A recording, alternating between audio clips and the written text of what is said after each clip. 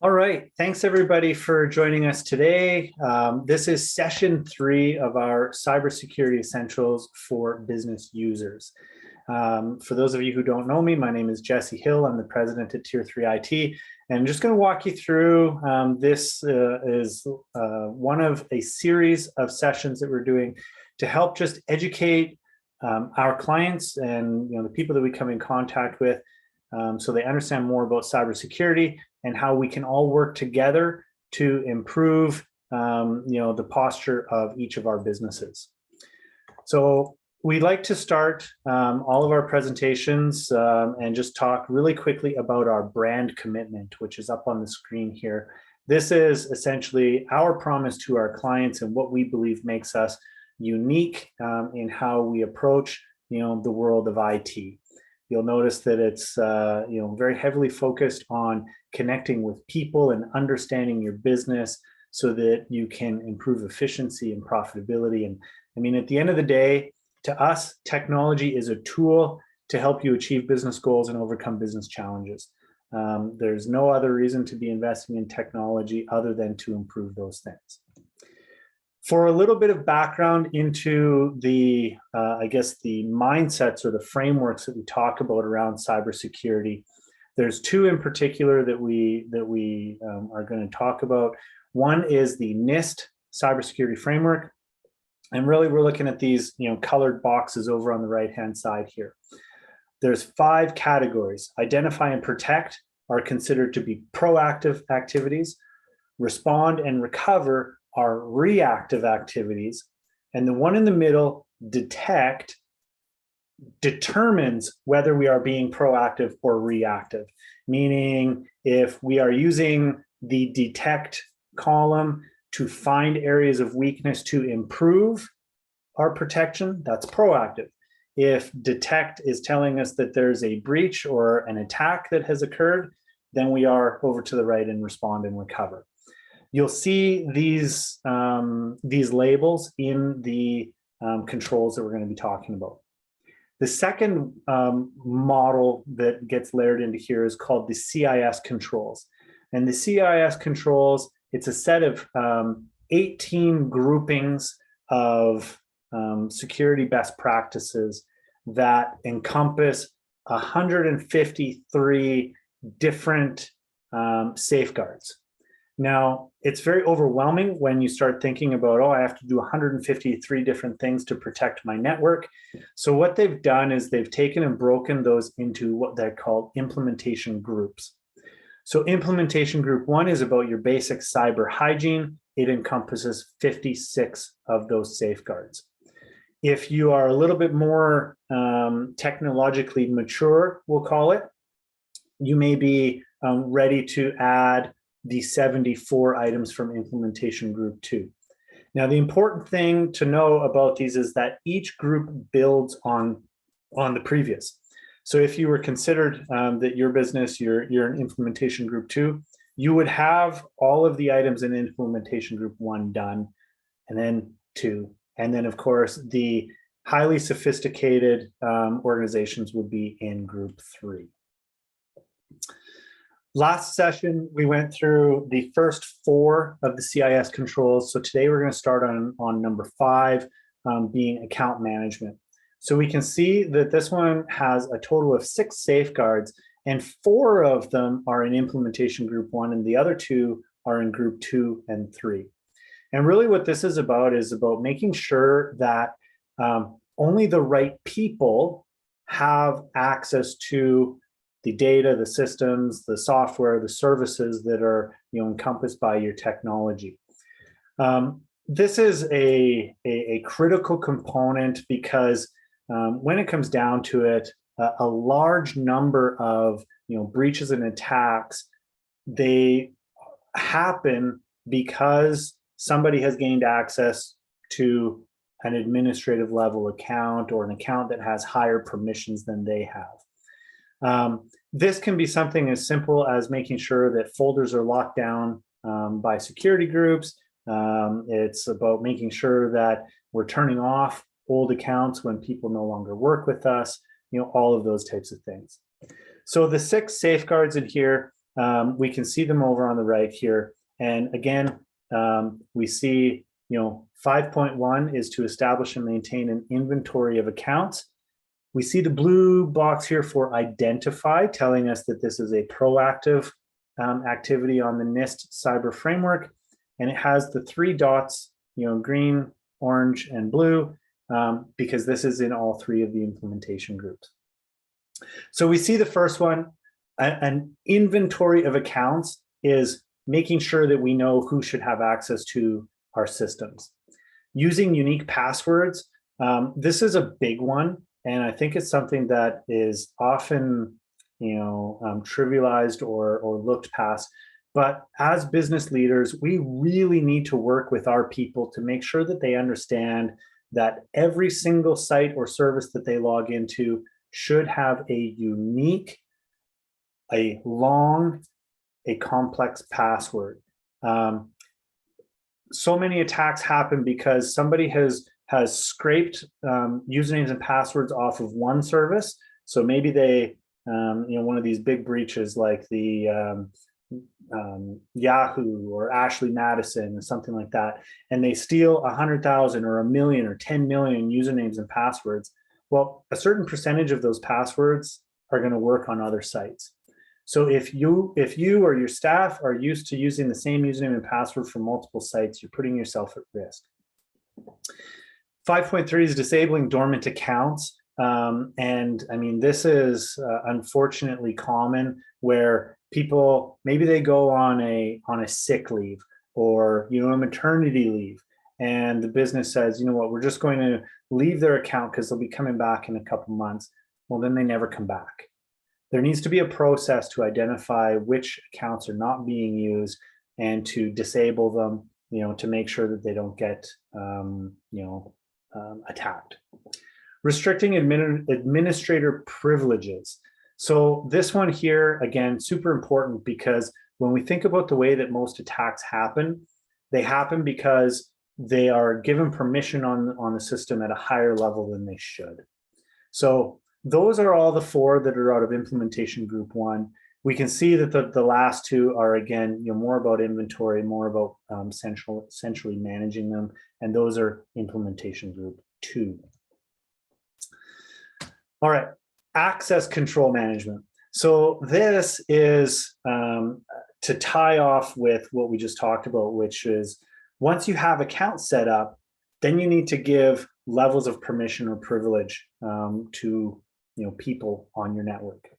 We can see down here, talking about making sure that like these are done kind of in concert with each other, and enforcing strong authentication is part of this. So strong authentication is those long passwords that we talked about. We see on here when we start getting through down to some of the later ones, we see MFA on here standing for multi-factor authentication, and this is becoming a security standard. Our internal policy is any site or service that we use that has multi-factor authentication, we have to enforce it, turn it on, and use it. And quite frankly, we sometimes make decisions about not using a service if it doesn't have the appropriate controls. So in our implementation group 1, the first one, you'll notice a bunch of these are about having processes in place. So the first 2 are about how do we grant access and how do we revoke access. So in our world, every single one of our clients, when we go into their contact list, only certain people are permitted to make changes. And the reason that we do this is specifically for this, so that we don't, inadvertently or accidentally allow somebody to make changes to someone else's permissions. 3, 4, and 5, right? We talk about multi-factor authentication. So externally exposed applications is web-based services. It's software that you're hosting, on a local server that is accessible from the outside world. So a good example is, your Microsoft 365 or QuickBooks Online. A lot of these services have multi-factor options available, but unfortunately, they're not all enforced as a standard. And so sometimes you have to go and you have to click through a couple of things to turn that on. If you're considering enabling multi-factor authentication, we absolutely recommend, look at anything that has a financial implication. So banking, accounting, payroll, those types of things. Communications and client information, so Office 365, your CRM, if you were in the medical field, anything where you've got personally identifiable information. If one of those key services that you use does not have a multi-factor option, submit a ticket with them. Ask them, when is this being added? Because in today's day and age, everything, especially web-based, should have an option for that. 6.4 is remote network access. So this is about enforcing multi-factor authentication on those VPN connections or those external connections into the network. We have Sophos has just released an update that's going to simplify this whole process. We're going to be rolling that out for all of our clients over the coming quarter. And so you'll start seeing when you go to log in, one more place where you're going to have an added level of security. 6.5, this one is actually a challenging one to implement because it's saying require multi-factor for administrative access. The reality is that not every on-premise solution has that built in. Multi-factor has primarily been a web application solution.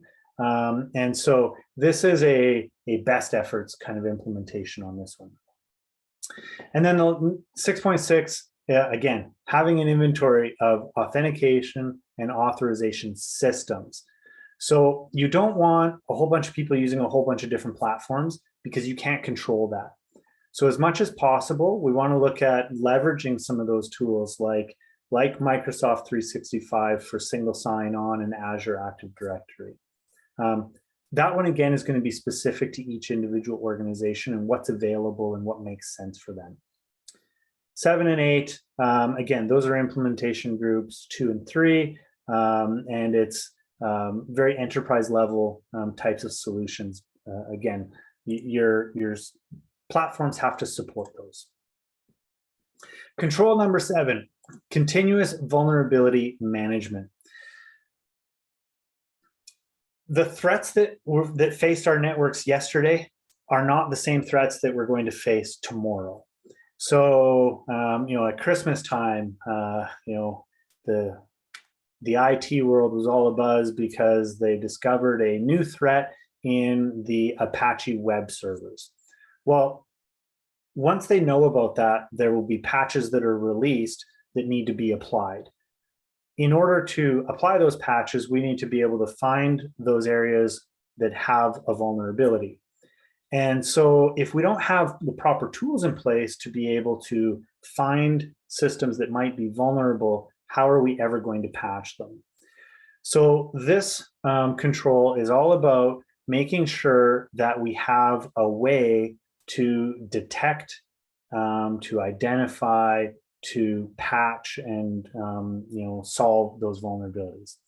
So we can see, again, it starts off talking about having a process, and a vulnerability management process, a remediation process, and these two, they go hand in hand because we need to be able to search the networks, find all of the places that those threats may be, exposed, assess the level of risk, and then we can move into 3 and 4, which is about deploying patches. So 7.3 is about operating systems, making sure that when Microsoft releases their patches, their security updates, that we have a process to deploy them across all of our systems. Now, one thing it doesn't talk about in this one is about having a a review process for your patching. And this is really important to us in particular because unfortunately, Microsoft and every software vendor, every year there's a couple of patches that come out that cause more problems than they solve. And so for us in our process, everything that gets released goes through a review process, which largely is sitting and waiting for a couple of days and letting the rest of the world test it. But we also have a way of approving which patches are going to be pushed out and then making sure that they go out, in those scheduled windows. So that's 7.3. 7.4 is specifically around application patch management. So this is a lot trickier than it sounds because when you consider the typical, network, let's say there's 20 computers. We know that we have a server, we have 20 computers. They're 96% of them are all going to be running some version of Microsoft Windows. But across those 20 computers, there might be 300 applications because we have different versions of Acrobat Reader and Excel and Word and QuickBooks and Sage and, the list goes on and on and on. And so in order to do this, it goes back to one of the earlier ones about having an inventory of approved applications. And we want to focus on those ones that either have known risks or that have, a security upgrade that's available to them. They need to be deployed in a way that doesn't interrupt, the users. And so 7.4, a little bit tricky, but getting better all the time of how we can manage those things. 7.7, you'll notice it's in implementation group. It's got the dot for implementation group 1, but it is strictly a reactive or a responsive function when a vulnerability has actually occurred. Audit log management. When I was flipping through these, I was like, boy, this one is real exciting. We'll notice here that this is one of the ones that the large majority of these are not occurring in implementation group 1. We'll see the highlight here is about collecting, reviewing, alerting, and retaining logs. The reason that this is going to be in implementation, primarily in implementations group 2 and 3, is, again, when we talk about that 20 device network, there are a lot of logs. There are system logs, security logs, application logs, backups, firewalls, network logs, millions and millions of entries. And the challenge is to find those pieces of information that are relevant and that will help us either identify a risk or mitigate a risk or recover, from something. So in implementation group 1, it talks about establishing and maintaining an audit log management process. 2 is collecting those, and 3 is ensuring you have adequate storage. Now, the thing that I find interesting when we look at these 3 is that in implementation group 1, it doesn't say that we need to have a process to review all of these logs or to alert off of them. It's really just about saying collect them. This is not information that typically is going to direct activity unless it's generating an error log or something along those lines. So again, we have systems and tools and processes in place that are designed to do these.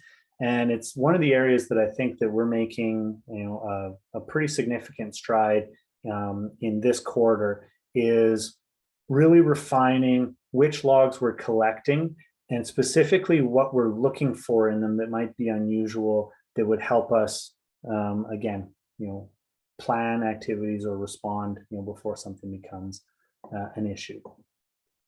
I'm not going to go through all of the individual items on this one because, quite frankly, it's just a lot of the same things about collecting and centralizing and retaining of logs. Email and web browser protections.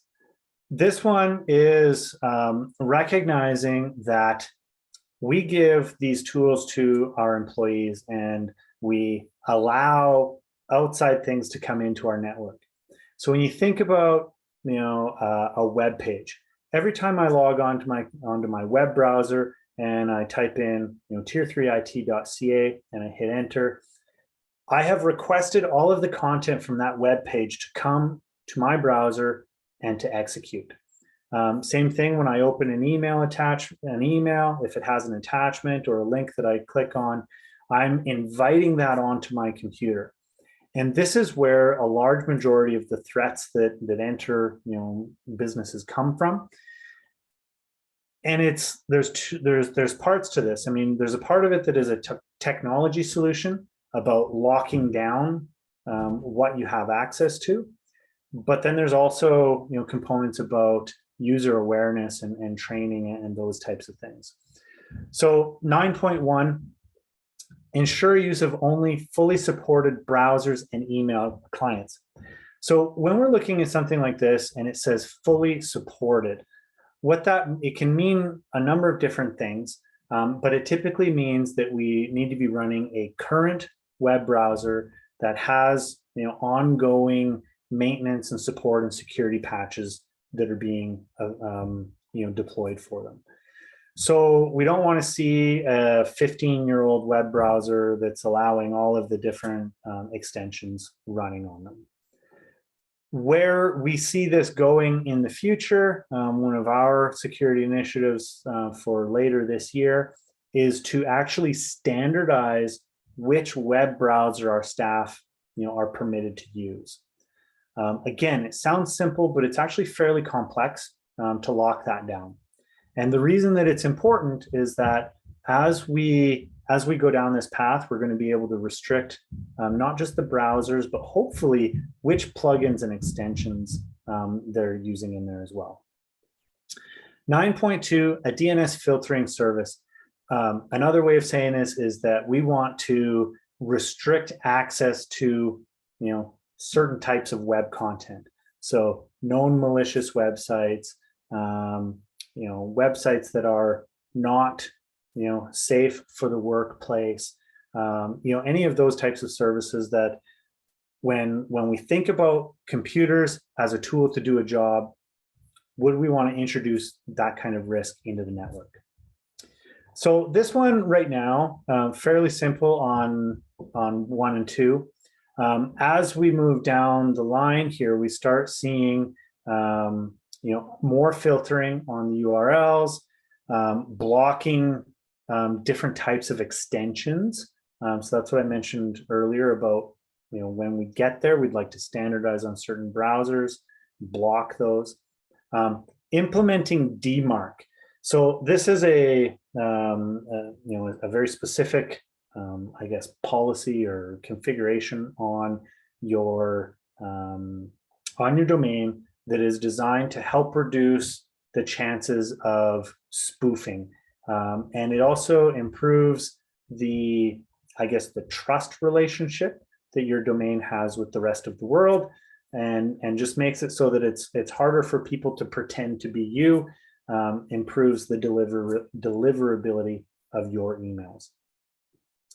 9.6 is blocking unnecessary file types. By and large, this is something that we have already accomplished for many of our clients using group policies, using the endpoint security solutions that we have.